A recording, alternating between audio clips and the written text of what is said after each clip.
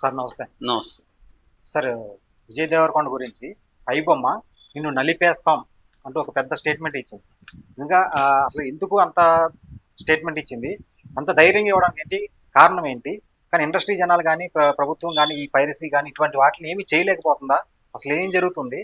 అలాగే ఈ Kingdom talk కానీ నిన్నటిగా వచ్చిన కలెక్షన్స్ ఏంటి? దీని గురించి కింగ్డమ్ రిలీజ్ సందర్భం మామూలుగానే విజయ్ దేవరకొండకి కొంత నెగిటివిటీ కొన్ని వర్గాల్లో ఉంది. ఎందుకంటే ఆయన మాట్లాడే పద్ధతి కొంతమందికి నచ్చదు. అతనికి అహంకారం అని వీళ్ళు అనుకుంటారు. అంటే ఇప్పుడు ఒక పవన్ కళ్యాణ్కి అహంకారం ఉంటే అదేమో ఆభరణం లాగా అనిపిస్తుంది. విజయ్ దేవరకొండ అహంకారం ఏమో అతని చాలా మంది హర్టింగ్ గా అనిపిస్తుంది.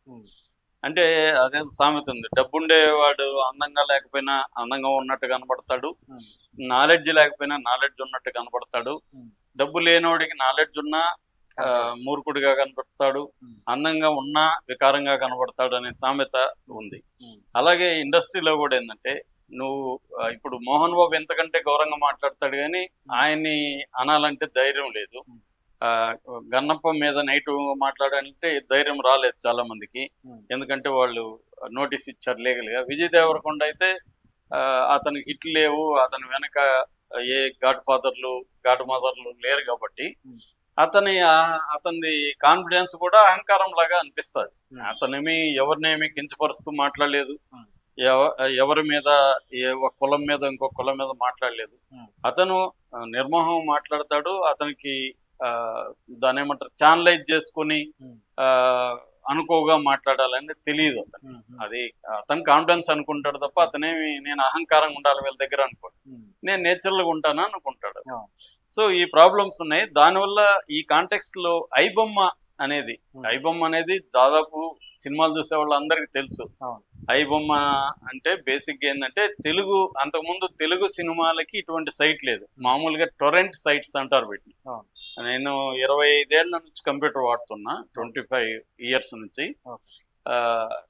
నాకు ఫస్ట్ లో ఏంటంటే స్పీడ్ ఉండేది కాదు. ఈ టొరెంట్స్ నుంచి డౌన్లోడ్, అప్పుడు హాలీవుడ్ లేకపోతే యూరోపియన్ ఏషియన్ మూవీస్ డౌన్లోడ్ చేయాలంటే దొరకవు, సీడీలు ఉండవు. అప్పుడు సినిమా పారడైజ్ అనేది కూడా రాలేదన్నమాట. సో ఓన్లీ క్యాసెట్లు ఉండేవి. ఆ క్యాసెట్లు కూడా మనం అనుకున్నవి దొరకవు కాబట్టి టొరెంట్స్ నుంచి డౌన్లోడ్ చేయాలి. ఈ టొరెంట్స్ నుంచి చేయాలంటే ఒక్కొక్క సినిమా డౌన్లోడ్కి వారం కూడా పట్టేది, ఎందుకంటే కేబుల్లో వచ్చేది. అప్పుడు బీమ్స్ అనేది ఒకటి ఉండేది, ఇంటర్నెట్ ప్రొవైడర్. దాన్నే తర్వాత యాక్ట్ ఫైబర్ వాళ్ళు కొన్నారు. యాక్ట్ అంటే ఏట్రియా కన్వర్జెన్స్ టెక్నాలజీస్ వాళ్ళు కొన్నారు. సో అప్పుడు చాలా మెల్లగా డౌన్లోడ్ అయ్యాయి. ఇప్పుడు ఏమైపోయింది, ఇప్పుడు ఇటు పెట్టి కళ్ళు మూసి తెరిసే లోపల అసలు మన దగ్గర హార్డ్ డిస్క్ లో ఉంటే కూడా వెతకట్లేదు. నేను నా ఒక 5,000 సినిమాలకు సంబంధించిన డివిడీలన్నీ చెత్తకుప్పలో పడేశాను, ఎందుకంటే అవి ఎత్తుక్కునే లోపల మన డౌన్లోడ్ అయిపోతుంది అనమాట. సో అంత వేగం వచ్చేసి నాకేమైందంటే, దీని ప్రభావం సినిమాల మీద పడింది. సినిమా వచ్చి రాగానే క్వాలిటీ ప్రింట్ రిలీజ్ అయిపోతుంది. దీంట్లో 2 రకాలు ఉంటాయి. ఒకటి కెమెరా ప్రింట్, అంటే థియేటర్లో కూర్చొని ఎవరో షూట్ చేస్తారు. ఈ షూట్ చేసే మెకానిజం ఇంతకు ముందు డల్ గా ఉండేది. ఇవాళ షూట్ చేయడానికి కూడా మంచి కెమెరాలు వచ్చేసాయి, హై స్పీడ్ హై క్వాలిటీ కెమెరాలు తక్కువకి వచ్చేసాయి. మంచి కెమెరా పెట్టుకుని కూర్చున్నాడు, స్టాండ్ వేసి కూర్చున్నాడు అనుకో, నీట్ గా రికార్డ్ అయిపోతుంది. ఈ రికార్డ్ అయిందని మళ్ళీ వాడు ఎడిట్ చేసుకుని వాడు యాడ్లు పెట్టుకుని మనకి రిలీజ్ చేస్తాడు డిఫరెంట్ క్వాలిటీస్. ఇదొక పద్ధతి. రెండో పద్ధతి, ఓటీటీలో సినిమా రాగానే మనకి పైరేటెడ్ సైట్ లో వచ్చేస్తుంది. దీనికి ఏంటంటే బేసిక్ గా డిఫరెంట్ సాఫ్ట్వేర్స్ ఉన్నాయి. బట్ ఈజీ ఏంటంటే screen recording software. Screen recording అనేది ఎవరికైనా దొరుకుతుంది.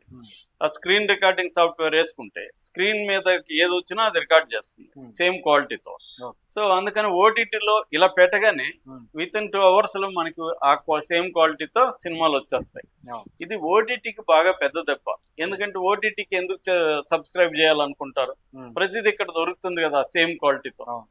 రెండోది, మనకి ఇష్టం వచ్చిన ఫార్వర్డ్ లో హాయిగా చూసుకోవచ్చు. ఓటీటీ కంటే ఓటీటీలో ఒక్కొక్కసారి 2 స్క్రీన్లు ఉంటే ఒకటి ఓపెన్ కాదు, వాడే డబ్బులు అలా పెడతాడు కదా, ఇంకోటి ఏమో సపరేట్ చందా కట్టమంటాడు, ఇంకొక రెంట్ అంటాడు.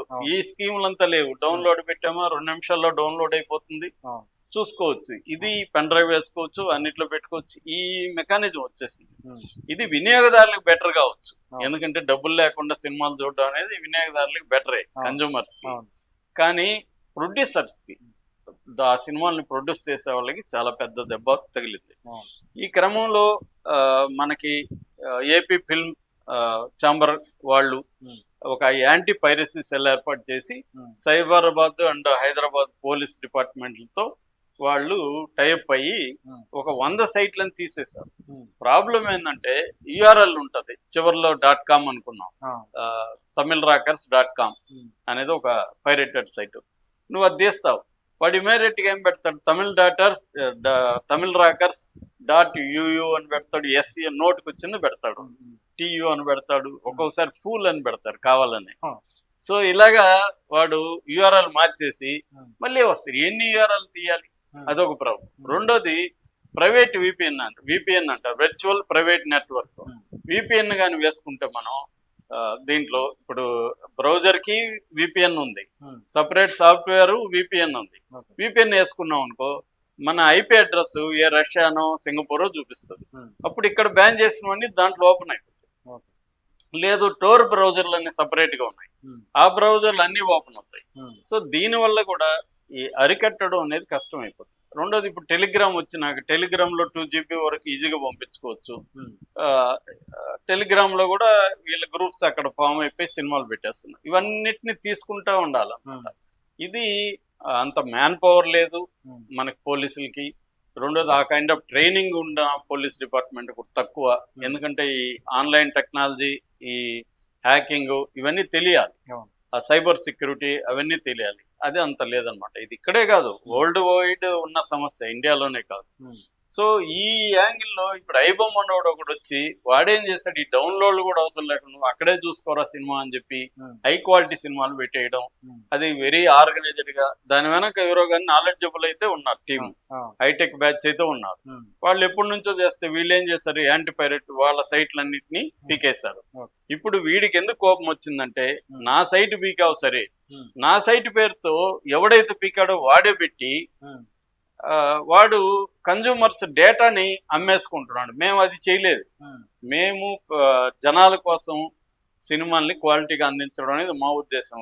మాది కమర్షియల్ కాదు. ఉమ్, కానీ మా సైట్లను క్లోజ్ చేసి వాడు అమ్ముతున్నారు అని వాడు ఒక సైట్ కూడా ఇచ్చాడు, RTA.ibomma.fu ఉమ్, అనే సైటు. మాది కాదు, ఉమ్, కానీ అది నడుస్తుంది. ఉమ్, దాన్ని నువ్వు బ్లాక్ చేయరా, బ్లాక్ చేయకపోతే నీ అంతు చూస్తానని బెదిరించాడు. ఎవరిని బెదిరించాడు అనేది లేదు అక్కడ, కానీ కింగ్డమ్ టైంలో బెదిరించాడు. ప్లస్ విజయ్ దేవరకొండ పేరు కూడా తీశాడు. ఉమ్, విజయ్ నలిగాడు ఖుషి టైంలో, లాస్ట్ టైం కూడా. ఉమ్, ఈసారి మాకు అది ఇష్టం లేదు కాబట్టి 24 గంటలు వార్నింగ్ ఇస్తున్నాను, ఉమ్, ఈ సైట్ ని మీరు బ్లాక్ చేయకపోతే ఉమ్, నేను మిమ్మల్ని తొక్కేస్తాను ఉమ్, అన్న పద్ధతిలో వాడు ఇచ్చాడు అనమాట.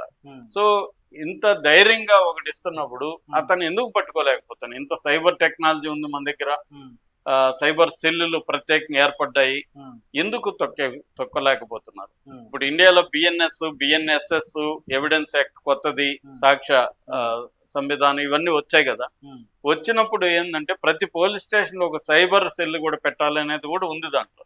ఉమ్, కాకపోతే వాళ్ళు 5 ఏళ్ళు డెడ్ లైన్ పెట్టుకున్నారు, అవును. ఇమ్మీడియట్ గా కాకుండా.